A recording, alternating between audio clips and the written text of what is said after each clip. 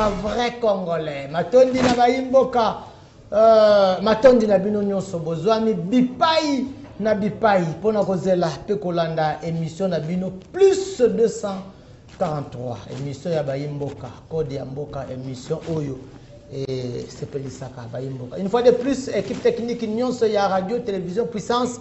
Matondi Panabino, to kanisi numéro 01. Yachan, Papa Kizamina Kibla, Jean-Oscar, à tout seigneur, tout honneur. Maman Cathy Massini, qui nous suit de quelque part. Voilà. Le PCP, Mbote, Papa Jérémy Mbambi, Yenda Zalina, réalisation. Donc, c'est lui qui est en train de manipuler Papa Jérémy Mbambi. C'est mon frère. Chico Punga, Azali derrière le caméra pour la prise de vie, présentation. Ezali Yangai, le vrai Congolais, Papi Mbamba. Tika, na pesa mbote na couturier nanga. C'est mon tailleur. Il s'appelle le maître Sougari. Maître Sougari de tailleur nanga. Na pesi mbote de quelque part. Il est en train de nous suivre. Un grand monsieur qui est en train de me suivre aussi. Nago zangi sako pesa mbote te azolandanga. Elongo na molongo na molongani. Papa molongani. Elongo na molongani na ye, il s'appelle Monsieur Elvis Mbolota. Monsieur Elvis Mbolota na pesi mbote to nanga de quelque part avec son épouse Madame Kidet Kiswama Mbo. Madame Mbo Kidet. Donc Madame Mbo Kiswama na pesi bango mbote elongo na papa Elvis Mbolota. Donc na pesi bango mbote bazali téléspectateurs fidèles, il y a émission Oyo. Yope Oyo, Olanda Kanga, Mikolo Nyonso, Obenga Kanga, c'est parce que vous êtes très nombreux, vrai Congolais, vrai Congolais, vrai Congolais. Na Pesibino Mbotepe Matondi. Voilà lelo Nazanga Mokote. Le Nazanga Mokote, souvent le mardi et le vendredi, Nazalakanaba Imboka. Nazalakanaba politicien, Toyoka Lukuta Nabango. Le mercredi à 19h20, le dimanche à 17h, on a des bordaka dans les cas limite. Oyo, c'est là que fundaka, to dénonçaka bato nyonso. Ata ozana 10 pété na mapekana yo. Soko za mutu ya banti valeur, to kenu na déchemete, to na télévision awa, to poati kombo na yo. Ba semeki ba yoki, ba bokilo ba yoki, ba ningano ba yoki, so za na basi 10. Basi nyonso bayoki, bano bayoki, ndeko sala yo soni, okotika banti valeur. Voilà, Cédric Ndubukulu ayeko zonga. Cédric Ndubukulu azali moko ya ba SID. Mikolo sujet zali ya bango, ba yebisa biso ke maboko ya mokonzi ya mboka ezalaki salite, lelo maboko ya mokonzi ya mboka ekomi peto ayeko zonga. Cédric Ndubukulu mbote. Mbote na yo ndeko mopanzisa mo le vrai Congolais. Mbote na bakongomani oyo bazwami de partout baza kolanda biso na ngonga et na émission munene oyo ezali plus 243 et donc mbote na bana ya lamuka mbote na bana ya SID bisika nyonso bazwami baza kolanda biso mbote na le président élu Martin Fayulu oyo azali kobunda toujours netumba peuple mais ndeko mopanzisa ngona omoni na en train de jeu oti ko souligner eloko moko bon oza mopanzisa ngona ko iko rectifier ote mais na lingi quand même na loba mo eloko moko na moni les biso tango lobi ete ba politicien ba ya rapona ko kosa biso esengeli koyeba ete biso en tant que ba responsable tango to utara banda kuna biso osokoli otema ipona koya ko kabola to ko talisa ba imboka makamuni eza koleka contrairement peut-être place ko iko zala na raison bande ko na biso ba robot communicant ya union sacrée oyo bayaka batie bango maloba na munoko ata muta yibaki misolo ya l'état bango baye ko censé kasi biso to yaka pona ko bundela peuple ndeti ngai na lukunga bande ko babas tout okena sanga mamba okena malweka okena pompage oyena delvo oyena ozone donc tangu bande ko babotoli bango wenzi to yaka to lobeli bango l'état yoki yango azongisi bango na ba droit na bango tangu bourgmestre incompétent Dieu merci angalema o bauti kolongola azalaki ko sala musala bien te ko kire ba kanivo ko zambonga salongo kasi salongo zai ko sala mate tangu to lobi pona nzela ya route ya ozone oyo ba kanivo ekomaki boucher mai ezalaki ko ya na mbula soki ebeti eza ko empêcher circulation et salama tangu to betaki lolaka to monaki l'état ayaki pour que évacuer ba immondice wana. Donc côté wana biso toza ba bundi ya peuple. Na we biso ba maman na biso ya mikolo ba paso bi mwana aza politique. Ko bisa biso bana olimbola nini. Mwana aza politique mwana oyo. Bon, cause la politique ezali donc c'est interprétation wana. Oui. Ezali nini. Et donc ezali batu oyo bazali kosala politique pas politique politicienne parce que toza na politique politicienne na politique oyo eza ko répondre na aspiration ya peuple. Et donc tant toza ko ba yi politique tozali kozwa ba information bisika nyonso oyo peuple lambda zali na minute toza ko solola nayo na uti na mikondo ko solola na bandeko ya côté kuna ya secteur wana pamba te kozwa ba préoccupation ba yebisi biso côté kuna insécurité ezali grandissance. Donc uti kuna pona kolandela bango pour que tant toya na etando mukie tokoka ko plaider pona bango donc yango moni ba benga biso ba politique pamba te tozali ko anticiper et puis tozali ko apporter ba idée na biso pe ba proposition pona intérêt ya res public. Merci ndeko moko na moni ya bipé na be mission o ya débat na yamba kapelte ninga yamba pelte sala message ezala message normal ezala message WhatsApp. C'est un message audio, na kotanga message ko benga te ndeko azo konne ko bipé. Ndeko archip ntala azana biso ndeko archip mbote. Mbote ndeko papier mbote na ba congolais nyonso na ba yi ya ngai base ya Kalamu Mobimba. Na pesi bino mbote bisika bozwami na ba téléspectateurs nyonso bisika bazwami ba o balingaka émission ya le vrai congolais. Na pesi bino ba mbote belé. Voilà, déjà na kobanda na yo malgré na annoncer ba sujet mais kalamu le baga mingi makamba kalamu puis le belaka pe kalamu mingi mais on va voter au bimate, je sais pas va voter pourquoi au bimate. Mais jusqu'à ce jour obi hermoko sozongi la question na ya ko voter ngana bimate na ebisaka toujours que jusqu'à preuve du contraire nazalaka ba preuve oyo eza yo attester makambo je contredire makambo zolo baana parce que je me rappelle une fois ngana bengisa yo na base na ngana activité mo nazala na ngoyo moko mona ndenge foule ezalaki mais bon muto ba votaki te muto ba lingi te na kalamu te na bien bimaki te mais oui on a yebisio que ceux qui na bimaki te parce que élection et ça les maki na le lenge et ça les maki wana parce que ils a coûté le retour zonge la lutte parce que Mboka déjà toujours qui n'est plutôt là peut-être toujours comme déjà na 2 ans encore il y a fait il y a mandat bao babimaki c'est question plutôt que na niveau na biso to continuer davantage à préparer ba base ko rafraîchir ba mémoire ko faire comprendre bango importance parce que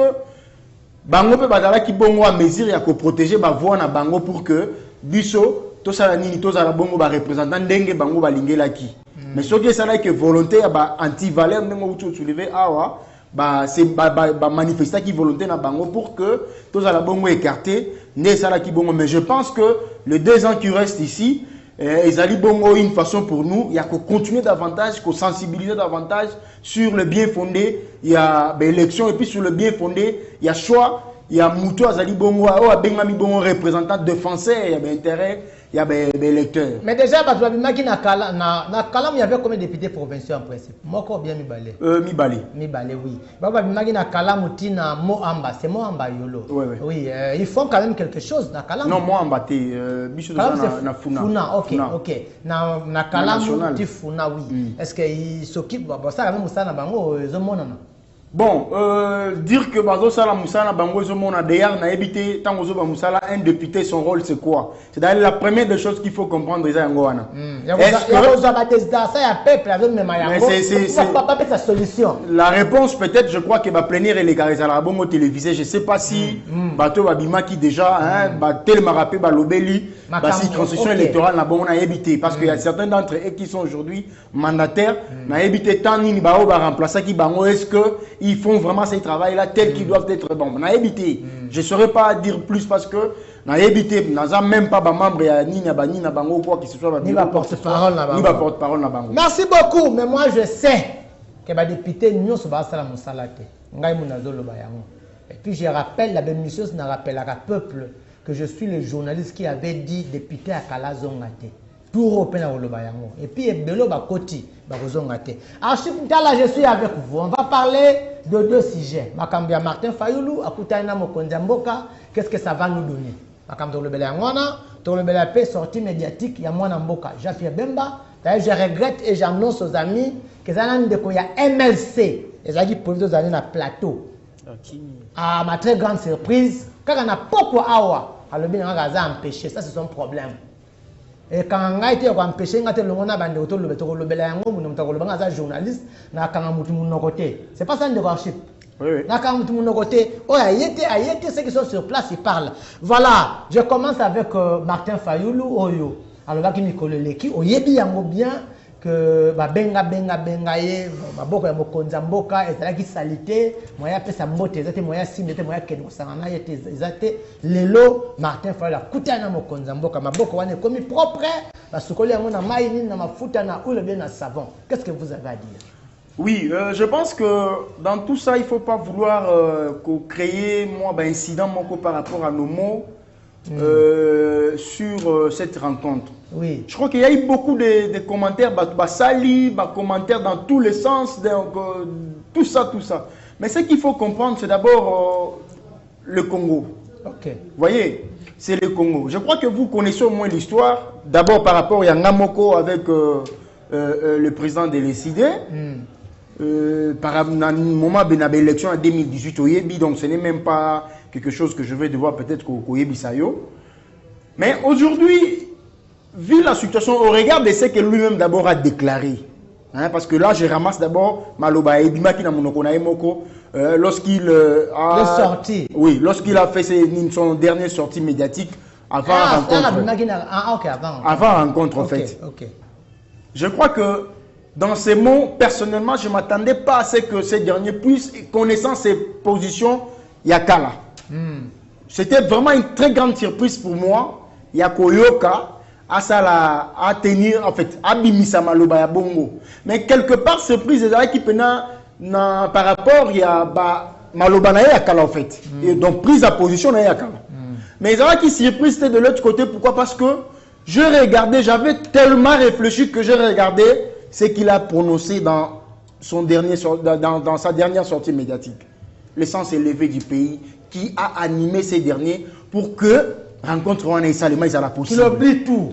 Mais effectivement, vous savez, je l'ai toujours dit, tant que tu recommens à un niveau, on a été à Kochaka en première position d'intérêt à Congo, je vous dis que le Congo est Kobano Baluka Kaka et Sika Moko. Parce que au regard, parce que même le Lola, c'est comme j'ai dit, Martin Fayoulou, il a dit ceci, hier, il a dit président et qu'on sort aujourd'hui, tu sais qu'elle dit. Mais j'ai compris, j'ai réalisé que ces derniers ont compris que même s'il faut aujourd'hui prendre cet impérium-là donné à Martin Fayoulou, si le Congo brille ou bien ça brille le Congo, je vous dis, Martin Fayoulou ne saura pas gérer le pays. Mais ayant compris que la seule chose qui nous unit aujourd'hui dans Mboka na biso ezali bongo Congo. Mais quoi de plus normal, c'est réunir, créer cette camp de la patrie là, ou à Bengi camp de la patrie, ce bloc là, pour faire face à la situation que nous sommes en train de vivre dans ces pays. Est-ce que pour autant, une raison que on doit rappeler Martin Fayoulou ce qu'il a fait hier, ou bien parce qu'il était le président élu, ou bien parce que hier il disait que Maboko est président républicain qui salutait aujourd'hui, tout ça. Non, c'est pas important. Ce qui nous unit est plus grand que nos intérêts. Et ce qui nous unit, c'est le Congo. Et rien que le Congo, s'il faut voir tout ce que nous pouvons aujourd'hui, peut-être qu'au monde, on a mis sur c'est le Congo. Rien que le Congo. Rien que le Congo et les intérêts des Congolais. En lieu et place de chercher à privilégier l'intérêt personnel qui reste aujourd'hui, amène certains à se retrouver dans la rébellion, au Congolais qui prétendent défendre les intérêts. Alors que nous savons que ce n'est pas vrai. Donc Martin Fayoulou a raison, il y a un moi personnellement, tant que Sali lors de la sortie médiatique, quand j'ai entendu ces mots-là sortir de sa bouche, personnellement, je l'ai applaudi là où j'étais. J'ai applaudi, franchement, je vous dis vrai. Et j'ai longuement réfléchi pour comprendre le pourquoi est-ce qu'il devait arriver jusqu'à ce point-là. Et là, j'ai compris, finalement, j'ai compris que c'est le Congo qui a fait que ces derniers puissent arriver jusqu'à ce point-là. C'est à ce point-là. Au-delà du fait que la réclamation, la revendication par rapport aux résultats des élections, finalement, j'ai compris que, en tout cas, le Congo doit prendre le dessus sur nos intérêts. Merci. Très bien, Ndeko Archip. C'est dit que nous beaucoup aux alliés à décider que Martin Fayoulou a accueilli pour la, comme on a dit, coalition. Nous sommes Lamuka, basangisa Lamuka na comment on appelle Union Sacrée, nde basala bloc mususu, mamusu balobi Martin Fayulu akei kaka pour comme premier ministre. Qu'est-ce que tu dis à la population qui te suit? Merci beaucoup, vrai Congolais. Oyeba été biso na SID. SID, c'est une école où à chaque moment par rapport à l'événement, tu projettes et puis tu apporteras des idées na biso oyo ekoki ko mema ba solution na ba crise oyo toza kokutana na mboka na biso. Ce qui est ligne de konanga au moment où nous parlons, toza na crise sécuritaire, en même temps toza na crise politique. Donc crise politique et botami kobanda ba élection maponami il y a 2018. Autre monde qui est pas yo pimona mboka le président élu Martin Fayulu a remporté qui élection bazui pouvoir naé ba pesi européen de ko Chilombo.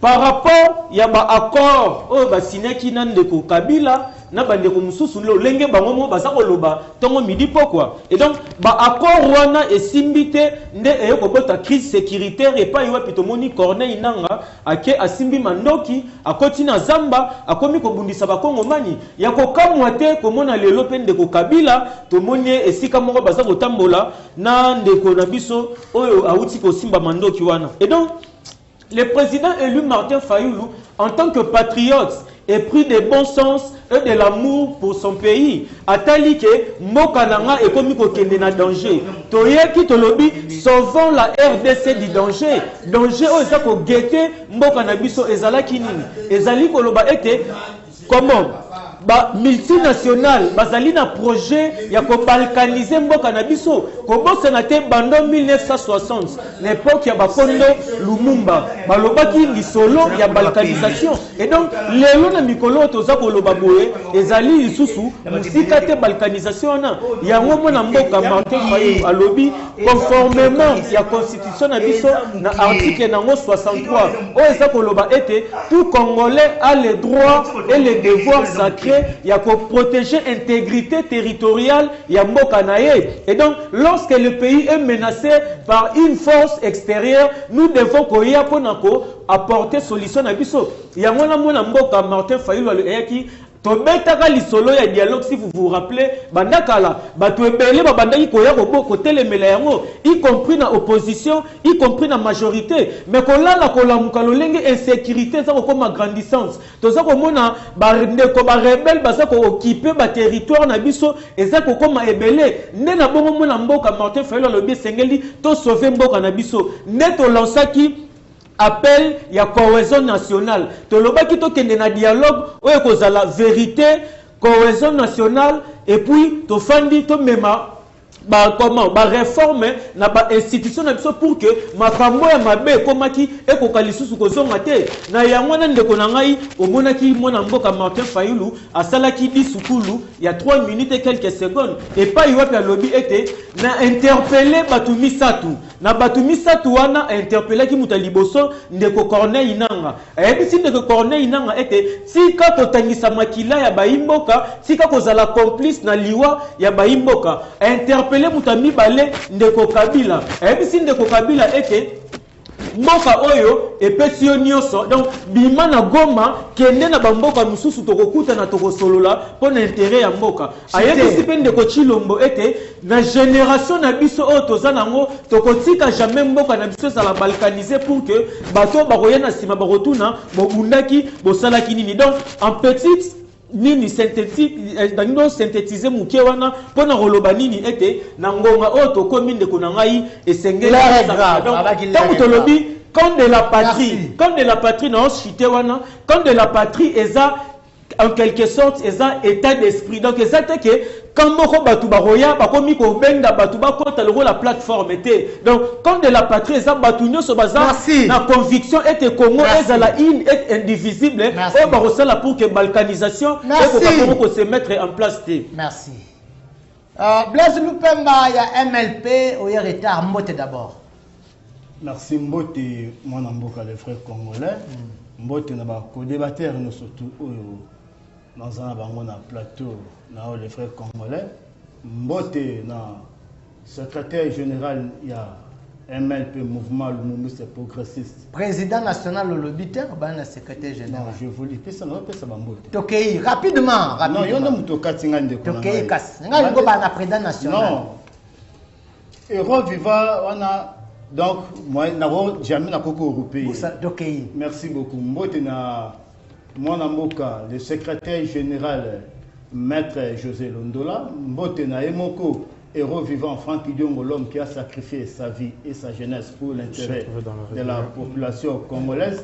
Mbotena Emoko, Lissousou, Corneille Nanga, Mbotena Kagame, Mbotena Christian Bossembe, Banda Zoa. Pouvoir dans la petite de la convocation mon côté mbote na Félix Tshisekedi oyo banda za pouvoir na kanga ba journaliste c'était le Colabino mbote na Congomani nyoso tout. Merci Blaise Lupemba rapidement ba question sur tout nos sima ben ça yo moko na émission Martin Fayulu akutani na président de la République ba soli pona mboka pona intérêt ya mboka bino bokantini pona ngai malgré un retard, moi, je suis à côté na co-débatteur na ngai baza kolobana plateau na yo pour en tout cas c'est une goutte d'eau dans l'océan. Dans quel sens n'enga le vélo kwa bongo? Na kanisa ki na koyoka tamuke na oka kinende kwa losenga ma mbetali dialogue ngo exana banani qui sera le médiateur entre la société civile, parti opposition non armée na pouvoir na bandeko oyo baza na niveau ya est kuna ndenge zali pour le bana bino je évolue ça c'est bon on y va naebi y compris moi na mboka Franck Idiongo comme onatanga kombo nae nani akozala médiateur na kati loko na biso to sengaki que non Félix Tshisekedi Tshilombo azala na courage ya kondima basanga kutana bango pour que basango bazaki na consultation au basalaki ba commune suka basisi musala na bango maintenant il fallait siko bakutana comme on deuxième point maintenant tout le monde basango oyo ndeko bemba bike bazali pe ya de ba basango balinga bo mokonza mboka kutana bango ba bo même moko te bon ça on va arriver mais la question déjà et on a lobby donc pour kutana ya mwana mboka Martin Fayulu na Tshilombo et pas na lobby qui a une goutte d'eau dans l'océan ils en a fait mon côté dans le lobbying déjà et Salemaki chef de l'État tous sur le plan politique chef de l'État a na agenda déjà comment expliquer Martin Fayulu a se prononcé le lobbying balamoko bayambié et pas Félix Tshisekedi c'était déjà quelque chose qui était déjà bien préparé donc ils en ont fait tolingi boye basango bazwa biso batia biso isika moko poto kenena absolument oui oyebi musa Franck Idiongo asala o papa Etienne Tshisekedi atikela yango lelo o azosala ezali bongo je ne vois pas le mal o Franck Idiongo bazoka indexé par rapport na bandeko mususu to ba parti mususu na musa osala tandis que déjà azana aligné ya papa Etienne Tshisekedi. Merci Archip Ntala la vraie démarche, on va proposer à Martin Fayulu et pas à Mokonzambo. Il faut le discours na yé sorti médiatique. Ce qu'on va proposer, est-ce que vous allez selon you, vous allez na mon thème, n'esprit à Mokonzambo, mais ça sera le bienvenu. Est-ce que quand il y a Patrick Salama, est-ce que dialogue au Salama, bien au Salama n'engi. Mais déjà, na lingi na précision le komoko. La prochaine fois, ceux qui ont invité nga, il faut m'inviter sur autour de cette table, hein, les gens qui ont pris les armes contre la même nation que moi. Là, je me permets de venir aujourd'hui pour pouvoir défendre les intérêts. Oui, c'est ce que je vous dis. Donc la prochaine fois, donc j'étais même prêt. Il y a hôtel Manabima, mais par respect à m'inviter, dans respect nayo. C'est pour ça que je suis quand même resté. C'est ce que je dis. Donc il faut vraiment la prochaine fois, il faut vraiment prendre une discussion pour éviter parce que je ne peux pas accepter rester autour d'une table avec les gens qui ont pris l'option de prendre les armes contre les Congolais, contre la nation, dont je me permets de disponibiliser le temps pour pouvoir défendre les intérêts et du Congo et des Congolais. Ça, en tout cas, non.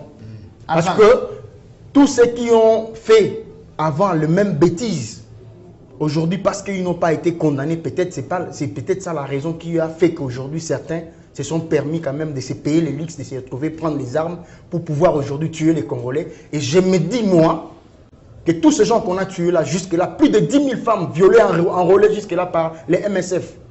Et le Bélabango, et puis ces gens se permettent de se réunir autour d'une table pour pouvoir défendre, parler du Congo avec eux ensemble. Merci. Ça, c'est une façon d'être complice de ce qu'eux sont en train de faire à l'est de notre pays. Merci. Et plus jamais c'est ce genre de choses.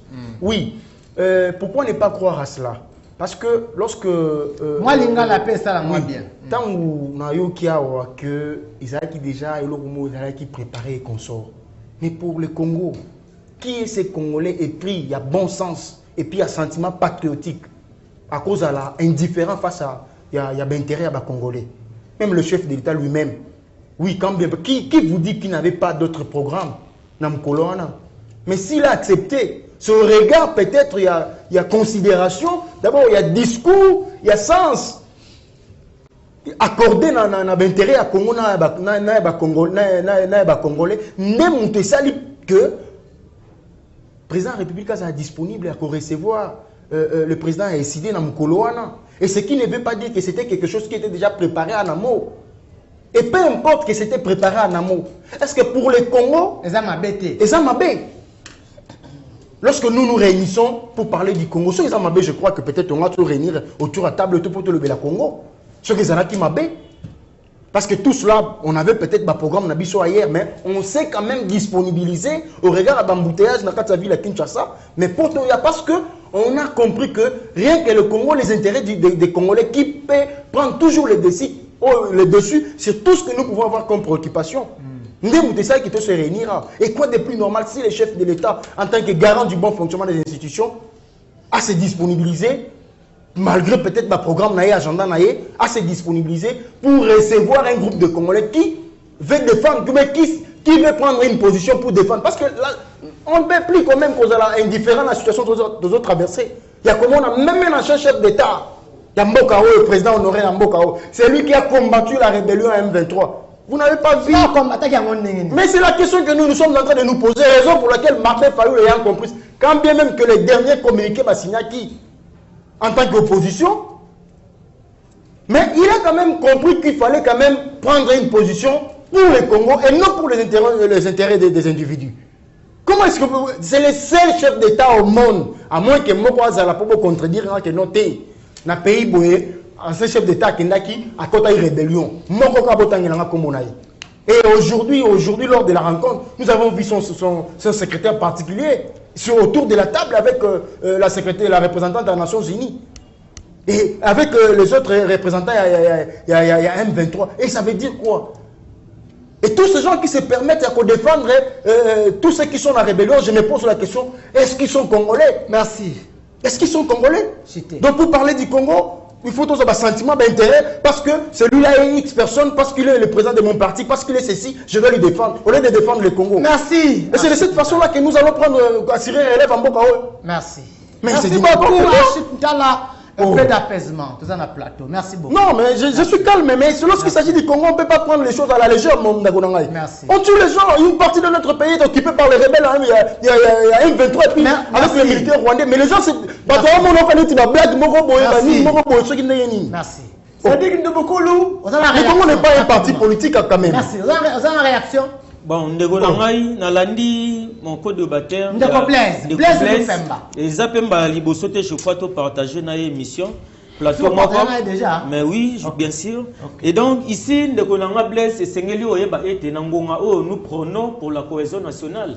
Ndeko Kabila, azo parler sur la cohésion nationale. Ndeko Chilombo, azo parler sur la cohésion nationale. Moutou Abanda qui m'a en cohésion nationale, les aïki m'ont en boka Martin Fayulu. Et donc, tant Ndeko Fayulu a lobby, je vais voir Félix Tshisekedi. Donc, Félix Tshisekedi a monique Ndeko Naza na posa oyoka et pas maté bango nyoso basako lobali lobamoko. Nde ya moi yambaki. Donc, et c'est le moto ezaki boutique to ba préparer ki ndenge peut-être ça au kanisa. Ya mi balé Ndeko Nangai. Na yebité président Franck, c'est un papa autobundi nae to salini ba kombe pelé nos positions. Donc je le respecte beaucoup, mais to limite to yeba MLP, ils ont na position nini? Est-ce que vous avez une opposition armée, tout vous avez une opposition non armée? Pas maté Lumumba combat soyez calme. Allez, nous sommes sur les plateaux. Attendez. Attendez. Moi, je le connais. Non, des complaises, des corps. Non, moi, je suis calme. Oui, Nayebi. Celui qui me connaît. Nayebi, mais après Sabino, ligne de conduite. L'émission est pédagogique. C'est une émission qui est suivie. Bato va vendre banda bazolanda biso bayoka argument, bayoka analyse ya malamu. Ndukulu continue. Et donc parti MLP eza parti eza na idéologie lumumbiste. Donc au moment été Lumumba aza mutu oyo aboyaki balkanisation, mutu oyo azalaki ko mener combat moko pacifique et puis démocratique. Et donc les longs de konabiso papa président Frank Diongo oyo aza en exil. Donc esika zali aza na posa ya kozonga pamba te Congo eza na posa na ye ya expertise na ye au sein ya ba institution. Et donc yangwana na milito de konangai dialogue oyo soto za kosenga soki olandaki mwana mboka le président Eli akendaki pande ko Chilombo pour que ayebisa ye akoka koyamba banganga nzambe ya SSC et puis ya Senko. Et donc biso nyonso toza kosenga ete médiation ya ba dialogue wana ezala na Senko. Et donc je ne pense pas que ndeko Frank Diongo esika azali tomonaki ayambaki ndeko Kabila oyo maltraitaki oyo nyokolaki kasi pour na intérêt ya Congo esengeli kotia ba divergence to ba ego na biso de côté. Et donc yon to lobi ndeko nanga pour sa position à Bino, ceux qui vont à la camp de la patrie, parce que quand il y a patrie, ils ont les plateformes politiques, ils ont état d'esprit, ils ont philosophie, il y a bateau, ils ont appris ça être Congo et Coca-Cola. Et donc, il y a moto ça le bande konanga, na minito et l'autre côté qu'on prône, ils ont les kaka, bosangani pas battre Congo et Kolobo moko. Minito tozo prône kosangani, Congo et Kolobo moko. Blaise Lupemba, na personne maloba. Nayebi kezana pe biloko koloba mais na bandi deuxième sujet. Nangai mais je t'accorde le temps. Jean-Pierre Bemba a fait une sortie médiatique. Oya fundaki bato ya belé mais il n'avait pas cité le nom de Frank Diongo. La question maloba yango na loba, je sais que tu as à ramasse dans ton temps d'antenne. Merci beaucoup. Cédric c'est un ami, c'est un combattant, je le connais depuis lors. Donc on a c'est Archie Pintala. Non, j'évolue. J'ai sacrifié ma vie pour le Congo. Les autres n'ont pas été en Congo. Na babitumba Congo na retangela bandeko to buna bango peut-être mbaliboso na monnaie na plateau. Président partant d'Aoué va m'être. Non mais ce soit calme.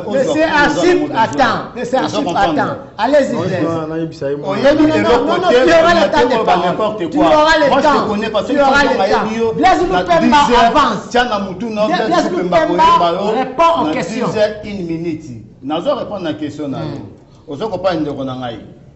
Ndeko ayeba que Frank Diongo atika jamais ko zala rebelle pas za rebelle té. OK. Et là ko zala ngo besoin yango question de quoi poser. Il faut poser question ndeko na ngai c'est dire. Na journaliste quand même. Ndeko na ngai a posé une très belle question. Alinga ba position à Frank Diongo ezawapi. Ndeko Cédric, ndeko Frank Diongo azana opposition non armée. Ndeko Frank Diongo azana combat oya bundana ba président Martin Fayulu, je pense qu'il est très bien. Frank Diongo a répété kaka eloko o et salemaka yesoka et bien l'histoire se répète. Naba 2001, pardon, excusez-moi, 2002, 2003, histoire o raka. Donc Frank Diongo bakendaka na président personnel papa Etienne Tshisekedi o bakendaka na Rwanda. Oso comprendre ndeko. Histoire wana bakendaka pi batutu bayeba kendaka tangaka. Batutu batangaka balobi ke non papa Etienne a tekimboka papa Etienne a commis rebelle or akenda ko luka kimia ezala neloko papa Etienne akendaka kosala na Rwanda kotati na Goma ayaka na Goma obayambaka ye na honneur nyonso tout ezali eloko oyo baluka kimia pour que 1 + 4 ebima ozo comprendre ndeko na ngai bango nde balongolaka eloko Bemba asalaka accord ya cascade ya yena Kabila bakena kosala ngo na Matadi ce que l'histoire était Blaise Lupemba azali le gardien de l'histoire na robert elo ba histoire nous surtout ndengeni nesengeli donc position non éviter ndeko nanga na bien très mais je ne sais pas ce que ça mutu tokei makambo ja pia Bemba non j'évolue Bemba ce n'est pas un problème pour na ko bala auto salana Bemba position na éviter Bemba tel qu'il est là nenga zana tant osaka union pour la nation na 2006 grand frère propre ya Franck Diongo akufa pona campagne ya Bemba nazo ba na télévision ou RTP mutu tout ala histoire wana ko grand frère propre j'ai dit il y a honorable Franck Diongo akufa pona Jean-Pierre Bemba campagne na ye ayebi yango très bien ngezawana et puis nazo comprendre te eloko nini fourmi nini et suis Jean-Pierre Bemba babiloko oyo alobi lelo na éviter Jean-Pierre Bemba aza ministre de la défense aza ministre de la transport aza salana aza détournement de fonction donc azo ba positionner et banakata azo ba n'importe quoi il fallait passer ça ba preuve atangi kombo bato alobi que non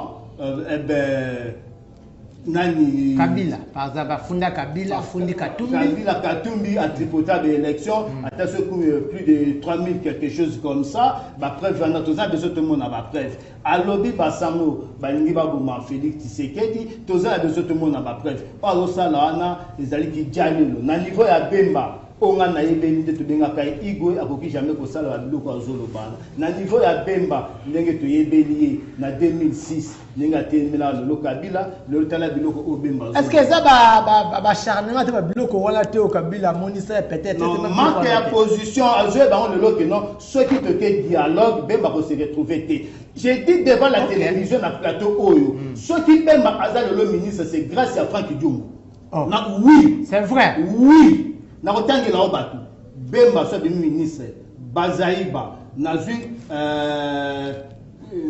quoi va bien parti ya Moïse ensemble pour la République ceux qui bazalaki na pouvoir ya la premier mandat ya Tshisekedi c'est grâce à Franck je suis parmi tout j'ai participé à la consultation à Franck Diongo et pas à Bemba j'ai participé à la consultation à Franck Diongo et pas à Moïse j'ai participé à la consultation à Franck Diongo et pas Mouzito et pas Jean-Marc Kaboun et pas présent Martin Fayulu vous comprenez hier mutabenga bango to fan de sikamoko to sunamona je ne vois pas là où Tshisekedi Félix a koyi ko bimamboka oyo nakunda puis azali fils biologique de papa Etienne vous comprenez comme Félix azaki mal entouré c'est pour ça ozomona mboka le zongo n'appelle à Franck Diongo Jean-Pierre Bemba yaki le loza ministre n'appelle à Franck Diongo ndo monaki père son âme ne konabiso Chéribé Okende azalaki ministre na biloko nyo surtout lelo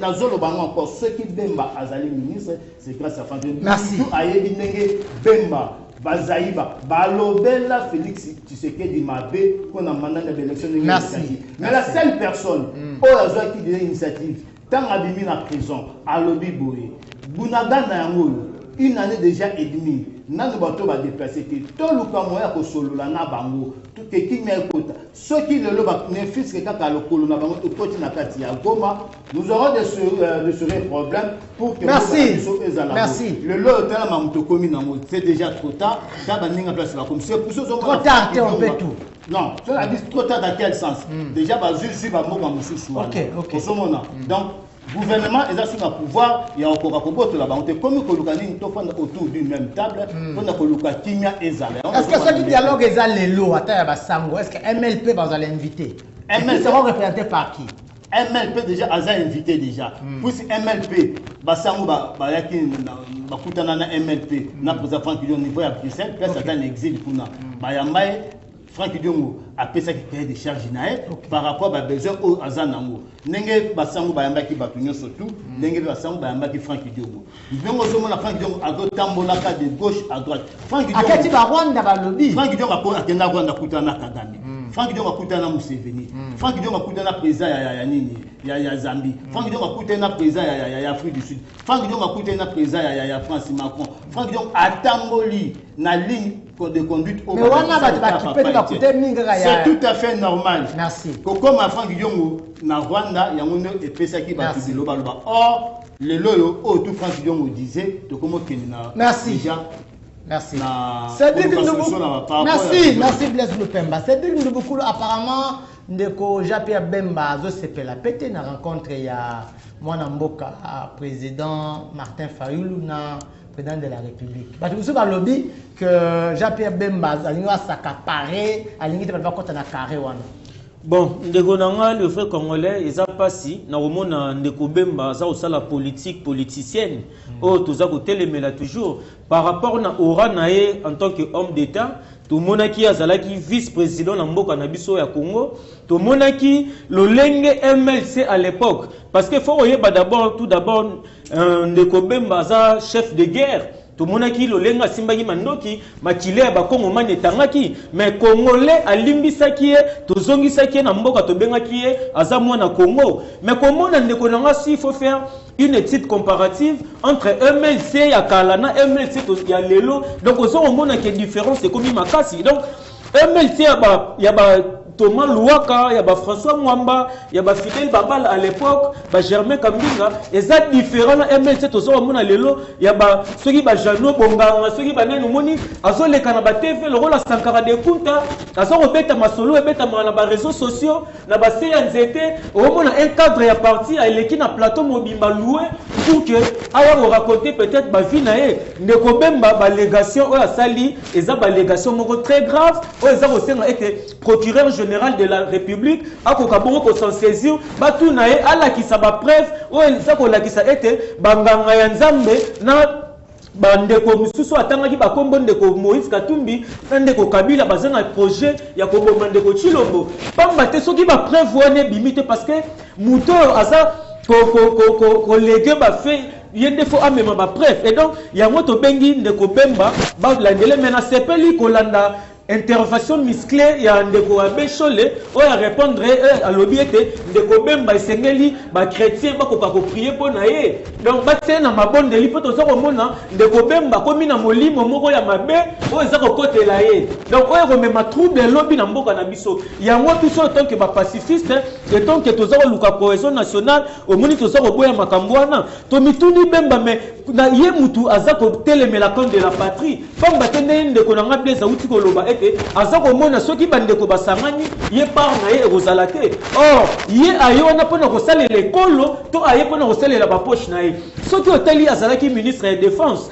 sous son règne tomoni Bunagana et quoi il est là Bunagana ils ont fêté 3 ans il y a prise ya Bunagana sous règne ya ndeko Bemba tomona ba détournement ya misolo oyo ba fond fallait kende na ba place ba zone o bitumbezalaki ba militaire ba ko déclarer lelo a komi na ministère ya transport ndeko nangai tozana nzela te tomoni aki alobi atate na émission wana ke na sombaki 10 bis à Transco na sombaki 3 avions Pempa 9 na sombaki comment ba bateau et rotambola na mai ba projet nyonso fluvial ba elaki biso ata moko eza réalisé te sous règne ya ndeko Bemba lelo na ministère ya transport et loko eza rotambola te est-ce que vrai congolais oyebi ke lelo ciment eza kotekama na 60 000 francs pamba te banzele eza te basociété ya transport wana eza na tracasserie makambo eza ebele na secteur ya ndeko Jean-Pierre Bemba et donc biso ole aya kosala baspectacle moko désolant tobandaki kozela ye aya kosala bilan na secteur ya transport et puis na secteur ya défense oyo azalaki donc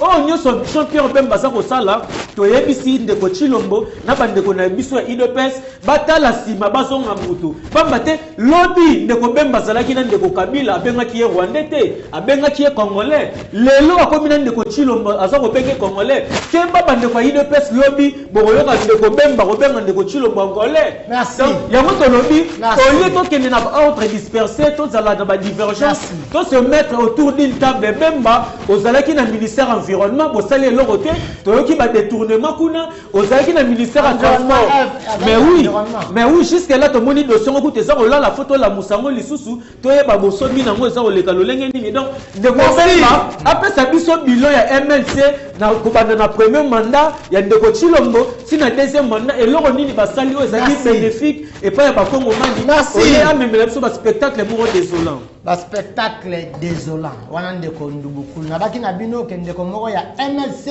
falazala c'est pas mon problème. Archive Ntala, les propos ya sortie médiatique ya mwana mboka Jean-Pierre Bemba. Le mingi ya makambo ya mboka. Est-ce que la période autozali discours ya bongo eko sangisa beko kamo? Bon, d'abord na kozongela muke makambo ndeko Blaise ndeko auti oloba tantôt Bon, il est peut-être à Ebingaïté, mais je préfère quand même que le président appartient à Ebinga très bien. Non, Franck a bioté. Non,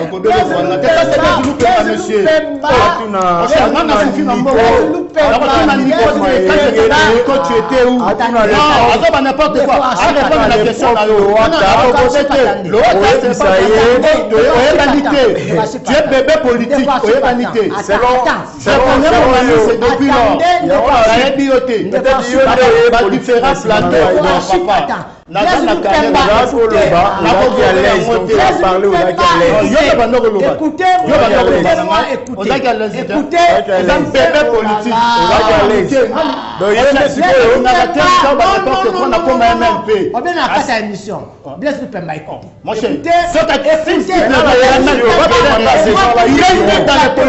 Il ne connaît pas de dans les politiques. Moi qui suis le chef de ce plateau. Moi j'ai des preuves. Va demander déjà, c'est pas la preuve. C'est que j'ai dit, même ton tu es nu dans la politique.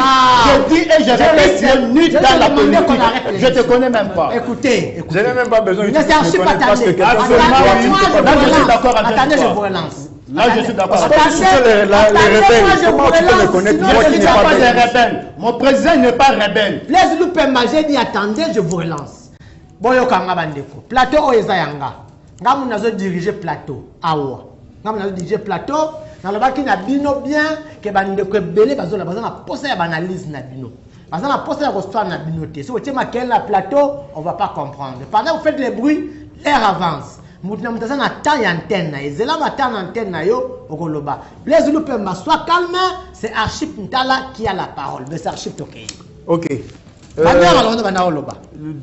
Tant parce que bon ce n'est même pas la peine que je puisse revenir dans ça. Je me demande même moi quand j'étais dans la coordination de la jeunesse lors de la création du rassemblement certaines personnes peut-être bazaki na nous dialogiste ou président et consort. C'est normal que je ne sois pas connu auprès d'eux. Mais au moins, de tous ces grands, il y a politique à Lilo, il va très bien. Je n'ai même pas besoin de venir ici pour vouloir me présenter ou quoi que ce soit. Mais c'est juste parce que même vous, Papi, vous avez quand même l'idée.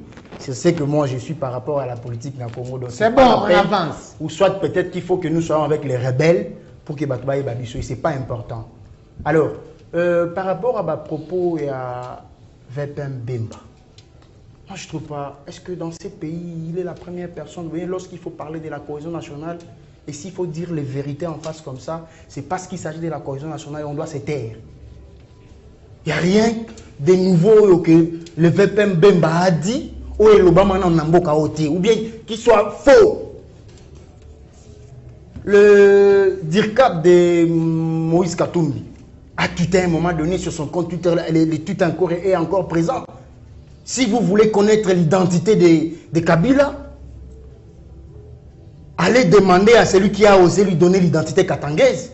Il s'agissait de Moukena, l'ancien gouverneur et ancien vice-ministre à la défense. Qui n'a jamais dit, ou bien qui n'a jamais entendu cela, que non, Kabila n'est pas congolais, ou bien c'est parce qu'aujourd'hui, parce que c'est le VPM Bemba qui l'a déclaré sur une chaîne de la place, tabou. Mais quand même, soyons sérieux. Comment un ancien chef de l'État peut se permettre de se retrouver dans la rébellion et puis avec les rebelles? Avec quel agenda? Et puis les gens veulent pouvoir aujourd'hui dédouaner ces derniers avec tout ce qu'il a pu laisser dans Mbokaoui. Le président de son parti, il était quand le président Tshisekedi a pris le pouvoir, Azaki Wapi. Et grâce à qui ces derniers a retrouvé la liberté? Ou bien vous voulez que les gens vous disent les vérités comme ça en face? C'est juste parce qu'il n'a pas pris le ministère des droits humains et ça dit que le loi s'est retrouvé dans la rébellion, bien a traité le président. Le ministère des droits humains. Mais tu ne le sais pas? Quand je dis que c'est un bébé tu ne le sais pas. Attends, avance. Il aurait pu quand même pour le Banaba congolais que non, mon président s'est retrouvé dans la rébellion, c'est parce qu'il voulait avoir le ministère des droits humains et il ne l'a pas obtenu, étant donné que tous les jalons étaient positionnés pour qu'il y ait un ministère. Et puis à la dernière minute, il a été surpris de ne pas obtenir ce ministère. Et ça, le Karak s'est retrouvé là où il est aujourd'hui. Et il aurait aussi pu dire aux Congolais qui nous suivent qu'aujourd'hui, sorti président est parti dans Bangwa, soit qui liberté, c'est grâce au président Tshisekedi. Qui ne le sait pas? Ou bien aujourd'hui, ils veulent lancer que les Congolais, Bissika Bazali ou quoi que ce soit. Qui est ce Congolais qui ne connaît pas qu'aujourd'hui, si Franck John a retrouvé la liberté, c'est grâce à président Tshisekedi. Non, non, bien à travers grâce présidentielle. Non, non, bien voté. Qui ne le sait pas dans ces pays. Puis, tout ce que le VPM Bemba a dit, c'est vrai. Vous avez entendu un communiqué ici sous prétexte de la part de ce que vous appelez les évêques. Un évêque, la Bible, je pense dans le livre des Corinthiens, où on énumère les qualités d'un évêque. Comment c'est possible? Évêque ça a communiqué pour dire que ils ont malmené Swahili na Kinshasa. C'était dans quel coin? Les vidéos qui circulent que nos frères et sœurs subissent l'atrocité de la part de RDF na M23. Vous avez déjà entendu un prêtre ou bien le membre à Senko condamner ce qui se passe à Goma ou bien à Bukavu? Vous avez déjà entendu un communiqué dans ce sens? On vous dit que c'est Kagame qui tue les Congolais, vous ne voulez pas croire. Et aujourd'hui, il est dormir, il ne sait plus comment faire, et il accepte de signer l'accord avec la RDC. Moi, je sais que je n'ai pas un problème avec Cédric, mais vous me demandez de faire la paix avec Cédric. Je saurais commencer par où?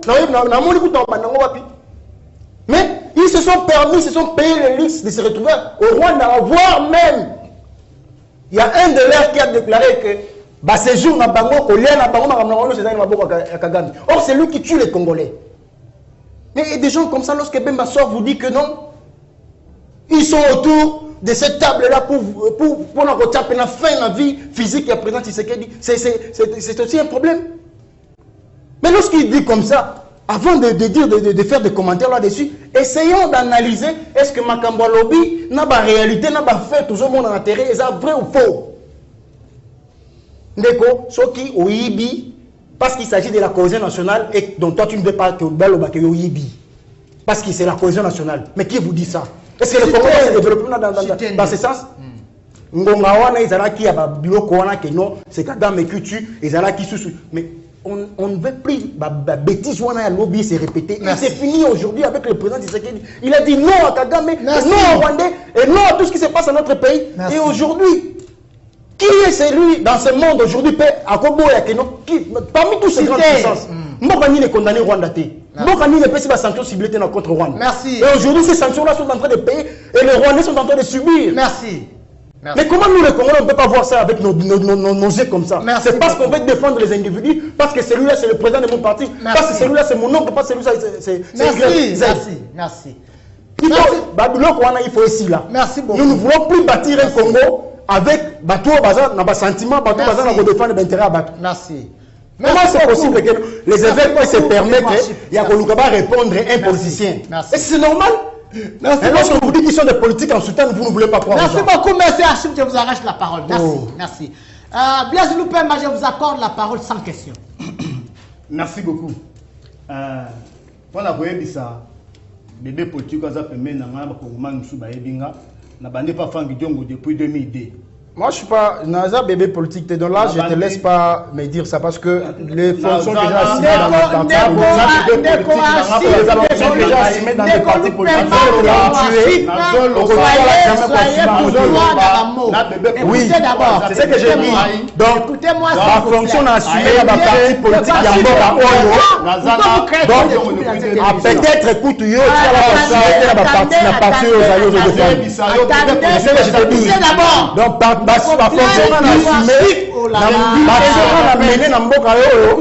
tant que leader,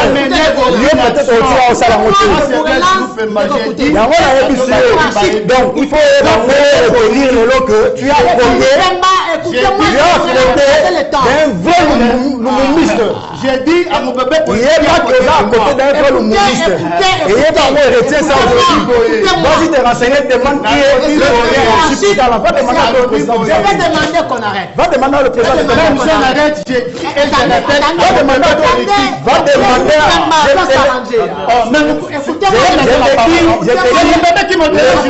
que j'ai assumé dans des partis politiques dans ce pays. Peut-être Rotika n'a jamais assumé. écoutez, j'ai dit c'est le bébé il faut que pour que la prochaine fois qu'on respect sinon on arrête. Je suis d'accord s'il s'agit d'arrêter.